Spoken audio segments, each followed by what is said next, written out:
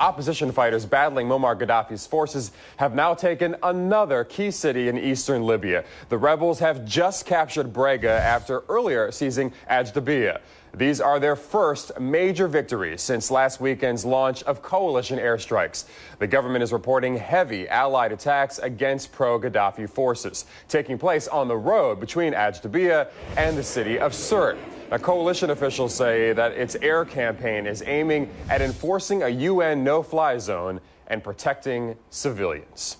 The opposition is now vowing to push all the way west to the capital of Tripoli. CNN's Arwa Damon is traveling with those rebel forces. She joins us live from the city of Brega. And once again, as we have been reporting, Brega now under control of the opposition forces. So how big of a fight, Arwa, was this?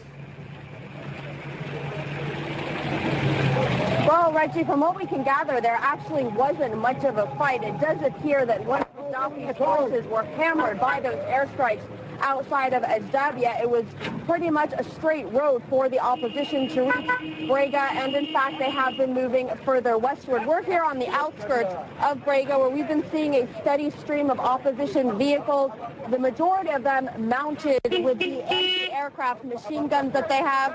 People very optimistic as they do move out, heading westward. What we can gather from the fighters at this location is that the road is clear around 150 kilometers all the way to Ras Lanuf. What they are telling us here is that the opposition is stationing itself on one side of Ras Lanuf with Gaddafi's forces positioned on the other side. They're telling us that this time, based on lessons that they have learned in the past, critical military lessons, they're going to be taking this fight very slowly, but still, as you mentioned, they're intent on pushing all the way to Tripoli, Reggie.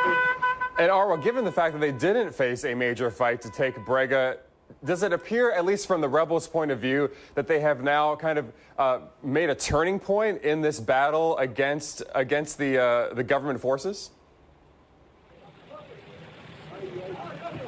Yeah, Reggie, that most certainly is the widespread sentiment here, and it is credited on one simple fact, and that is the fact that those airstrikes did take place, and people, everyone who we talked to, very grateful to the international community for stepping in, because people here in opposition-controlled Libya firmly believe that a massacre at the hands of Gaddafi's forces was imminent, but now they feel with that no-fly zone in place, with the ongoing airstrikes by the coalition, that they can take this battle all the way. They are very confident in that. They are very confident in the fact that they will finally be able to achieve their final goal, and that is removing Gaddafi from power. That being said, there is the realization and the acknowledgement that this is still going to be a very, very tough fight, because even though they do have this air power basically at their disposal, they say that they lack the weapons, they lack the equipment that they need to be able to defeat Gaddafi's forces should those forces enter various cities and towns, and should this turn into